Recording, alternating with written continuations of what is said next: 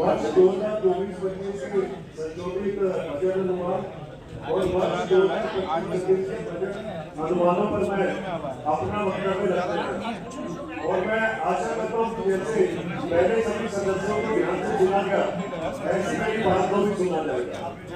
साथियों, ये जो बजट होता है ये एक ऐसा डॉक्यूमेंट है जो पूरे साल में एक बार बनता है, लेकिन पुरानी परंपराओं को सीधा बजट पेश किया जा रहा है।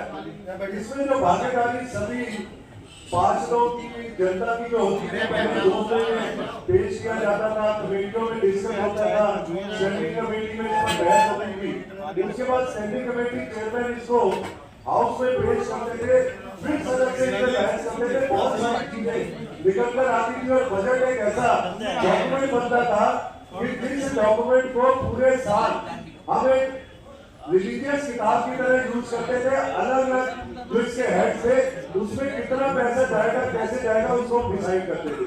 लेकिन हमें फॉर्मेलिटी की तहत बजट को डिस्कस करें, लेकिन ये बहुत अच्छा है कि आज सदन के अंदर हम सभी इस पर चर्चा करके चाहूंगा कि हम पूरी रात बैठने को तैयार है, हर सदस्य को मौका देकर बजट पे बोलने दिया, इसमें सभी सहमत है साथियों। लेकिन ये जो बजट है, जैसे हमने देखा इस साल का जो बजट है वो 17,000 करोड़ है, लेकिन जब हमने देखा कि ये बजट में पैसा कितना है तो 11,000 करोड़ से ज्यादा नहीं आया।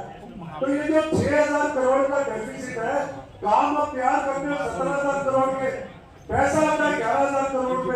ये जो 6,000 करोड़ का डेफिसिट है यही निगम की नाकामी है, इसलिए लोग निगम को नकारा बोलते हैं, क्योंकि जो काम हम करना चाहते हैं, चाहे वो कूड़े के ढेरों को कम करना है, चाहे कूड़े का उत्पादन करना है, चाहे सड़कें बनानी है, नाले बनाने हैं, चाहे विकास के काम करने, हो नहीं पाते क्योंकि बजट में कमी है। लेकिन जब 2022 में डबल इंजन की सरकार आई तो हमें विश्वास हुआ कि कोई बात नहीं, दिल्ली सरकार भी इतनी है और एमसीडी में इसका ऑपरेटर जो 6,000 करोड़ का डेफिसिट है, इसको ये भरेंगे, दिल्ली सरकार से पैसा आएगा। लेकिन मुझे बड़े अफसोस के साथ कहना पड़ता है 1 रुपया भी फालतू दिल्ली सरकार ने एमसीडी को नहीं दिया, और आज उसकी वजह है कि 14,000 करोड़ रुपए की एक लायबिलिटी जो निगम के ऊपर खड़ी है, और उससे भी ज्यादा अफसोसजनक है कि जो कर्मचारियों की लायबिलिटी है, जिसमें आपकी सैलरी है, जिसमें आपकी जीपीएफ की लायबिलिटी है, जिसमें ग्रेच्युटी है, जिसमें लीव एनकैशमेंट है, ऐसा करके 2,700 करोड़ में कर्मचारियों की जिम्मेदारी बनती है। कम से कम इन 2 सालों में 500,000 करोड़ का 2,000 करोड़ का अगर ये दिल्ली सरकार से लेकर आते तो आज लोग कर्मचारी जो रोज हमारे ऑफिस में आकर अपने 10-10 साल से जुड़े हुए 2-2 साल से बात करते हैं, निगम के अंदर भारतीय जनता पार्टी की सरकार की लगातार भारतीय जनता पार्टी पैसे को रोका, लेकिन अब तो पैसा दे सकते हैं, क्यों नहीं दिया? इसका जवाब नेता सदन देंगे, क्यों 1 रुपया फालतू ये निगम के अंदर नहीं रहा। आज जो कॉन्ट्रैक्टर है उसकी 180 करोड़ की लायबिलिटी है, उसकी वजह से क्या होता है, जो नए टेंडर हम देना चाहते हैं कॉन्ट्रैक्टर उन टेंडर्स को नहीं उठाते। आज इंजीनियरिंग विभाग डिफॉल्ट पर है, हमारे जो टीम उनके पास काम नहीं है, प्रोजेक्ट के पास काम नहीं है, इसकी लायबिलिटी, इसका दोष भी ये डबल इंजन की सरकार जो तक चल रही थी इस पर, लेकिन जनता ने एक अच्छा कदम उठाया कि आज दिल्ली सरकार बदल के आने वाले समय में विकास के रास्ते खोले। तो ये जो 14,000 करोड़ रुपए का डेफिसिट है, ये पुरानी सरकार आज हमारे सिर पर जोड़कर जा रही है, और इसके साथ साथ अभी इन्होंने बहुत सारे झूठ बोल दिए सत्ता पक्ष ने, कर्मचारियों को तनख्वाह समय से देने। आज भी बहुत सारे कर्मचारी हैं, चाहे वो टीचर है, चाहे इंजीनियर है, जिनको 2-2 महीने से तनख्वाह नहीं मिली है, अपना होमवर्क करके आना चाहिए। पहले क्या होता था हमारे समय में, जो 3 किस्तें थी, पहली किस्त अप्रैल में शुरू होती थी, उसकी पेमेंट जो है वो जुलाई में दी जाती थी, जो दूसरी किस्त जुलाई में शुरू होती थी उसकी पेमेंट दिसंबर में दी जाती थी, और जब जनवरी में किस्त होती थी उसकी पेमेंट मार्च में दी। क्यों ये किया जाता था? आज कम से कम केस के समय पर दे रहे, इसलिए तनख्वाह समय पर जानी है। कोई क्या नई चीज करती आपने?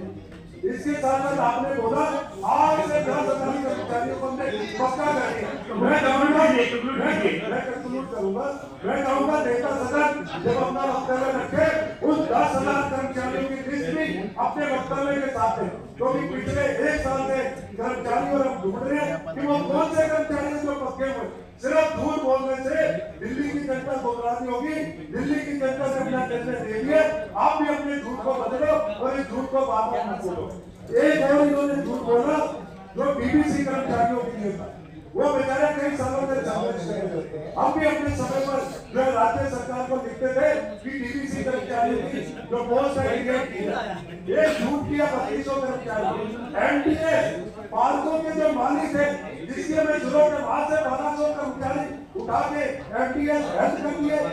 जो निर्माण में थे कर्मचारी वहां से उठा के एनडीएस रद्द कर दिए। ये झूठ क्यों किया गया? उन कर्मचारियों के साथ लगा आज जो डीबीसी है उनके साथ कॉन्ट्रैक्ट किया गया कि आप पक्के होने की मांग उठा सकते हो और ना कोई धरना प्रदर्शन करते हो नहीं तो आपकी नौकरी दी जाएगी। ये ऐसे आप कर्मचारियों को ये तो बंद किया आपने, ये झूठ की खेती बंद करनी पड़ेगी। मैं सिर्फ इतना कहूंगा जो वादे आपने किए थे पुणे के पहाड़ों को कम करने के, हमने 140 लाख मीट्रिक टन से गाजीपुर को 80 लाख में पहुंचा दिया, 80 लाख में पहुंचा दिया था। आपने फिर उसकी हाई बढ़ा दी। आपने कहा तो केजरीवाल जी बोलते थे हमारे पास ऐसी पूंजी आपने पुणे के पहाड़ों को कम कर देंगे लेकिन बढ़ा दिए। मैं अभी में सिर्फ इतनी बात कहूंगा, आने वाली अप्रैल में एक परिवर्तन की ओर हम जा रहे हैं। अप्रैल में झूठ और भ्रष्टाचार की दुकान बंद करवाएंगे। हम सब मिलकर यह कदम उठाएंगे, यह कदम उठाएंगे।